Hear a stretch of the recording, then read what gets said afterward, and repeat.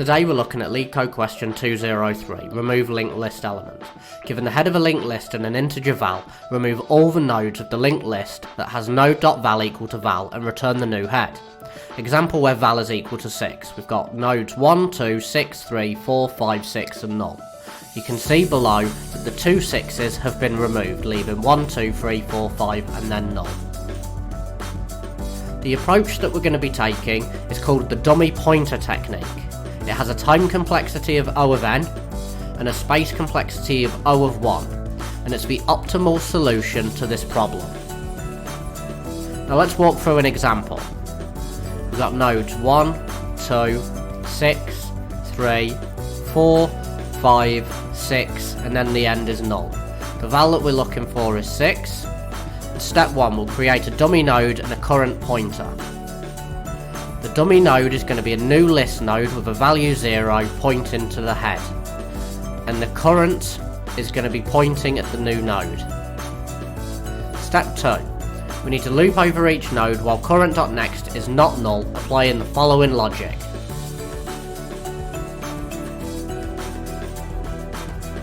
If current.next.val equals val, well, it does not, because it equals 1.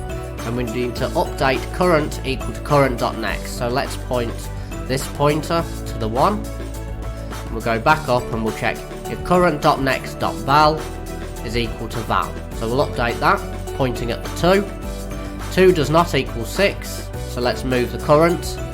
Set current equal to current.next.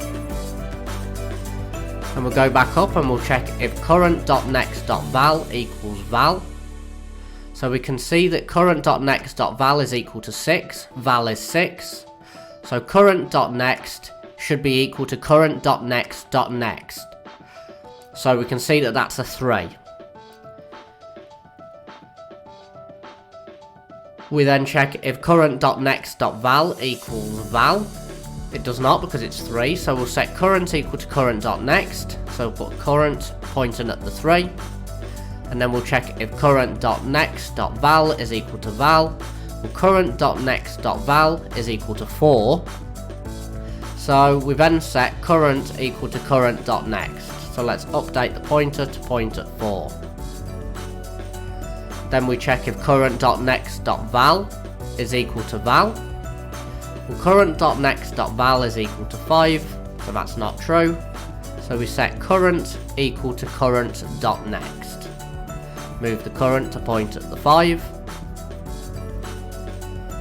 And then finally we check if current.next.val equals val. Well, current.next.val is 6 and val is 6, so that's true. So we set current.next equal to current.next.next. And that's going to be null. So that's going to break us out of our while loop because current.next is now null, which is not true. So we'll break the loop. In step 3, we'll return dummy.next.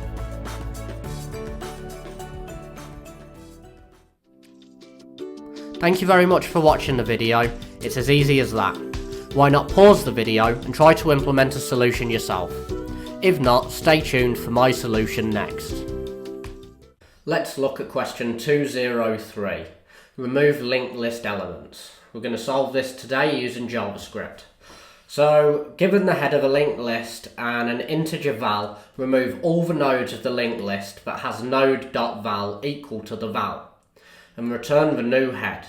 So here's an example where we've got a linked list 1, 2, 6, 3, 4, 5 and 6. The val that we're provided is given to us here and it's 6. So we want to basically remove the 6, which would then give us 1, 2, 3, 4, 5. And you can see that's what the result is down here. Secondly, we're given head is equal to an empty linked list, so head equals null, and val is equal to 1. The output's obviously going to be an empty linked list because that's what we were provided, so we haven't removed any val, but we're just basically returning what we were given. And then the final example that they've provided is where head is equal to 7, the linked list, is equal to 7, 7, 7, 7, and val equals 7. So you can clearly see that every node has to be removed from this linked list, and then we return an empty linked list where head is equal to null. So in terms of sort of edge cases, there's 3 edge cases that jump out to me, and they're sort of covered in these examples here. So the first edge case would be where we are provided a empty linked list. So that's a scenario where head equals null. So that's something that our solution needs to sort of cover. Secondly, we could be provided a linked list where every node has a value equal to val. So every single node needs to be removed from the linked list, and we then need to return an empty linked list where head again equals null. And then a third scenario could be where we are provided the linked list where some of the numbers equal val and some of them do not, and then that's like example 1 where we remove some of the elements and we return a mutated linked list. I can think of one more actually, it's just come to my mind, which would be a scenario where there's no occurrences of val in the linked list, so we would basically just return what we were given. So whatever we were given as the input linked list will be the output linked list. Cool, so let's get into it. The approach that we're going to be taking is called the dummy element or the dummy node technique. So it's where you create a dummy node and then you work off of that. And the benefits of using this technique is it allows you to then process all of the subsequent nodes in the exact same way. So it simplifies the logic and it helps to alleviate the edge cases. Cool, so let's get into it. So let dummy equal new list node. We'll give it a val of 0, this isn't important, and then we'll set next equal to head, this is important. Then we'll set current equal to dummy, and we'll say while current.next. We could say it's not equal to null, but in JavaScript, if current.next is equal to null, it's going to break out of this anyway, so I'm just going to leave it like this. Then we check if current.next equals val. If it does equal val, we want to skip over it and basically get rid of it from the linked list. So we'll set current.next equal to current.next.next. Else we want to set current equal to current.next, going to the next node in the linked list. Finally, once we've broken out of the while loop, we just want to return the newly formed linked list, which will be dummy.next. Because as you can see, dummy.next is the head, so we want to return that, and we want to say return, obviously.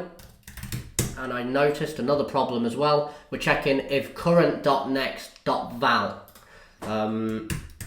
equals val.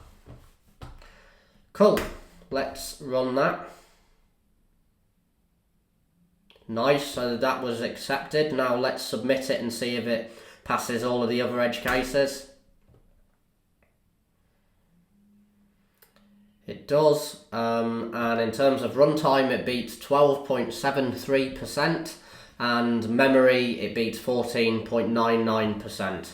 So it hasn't performed particularly well in the submissions. However, I can tell you that this has a O of n time complexity and an O of 1 space complexity, which is the optimal solution to this, and I suspect if I resubmit this, it's probably going to look completely different to what it is here.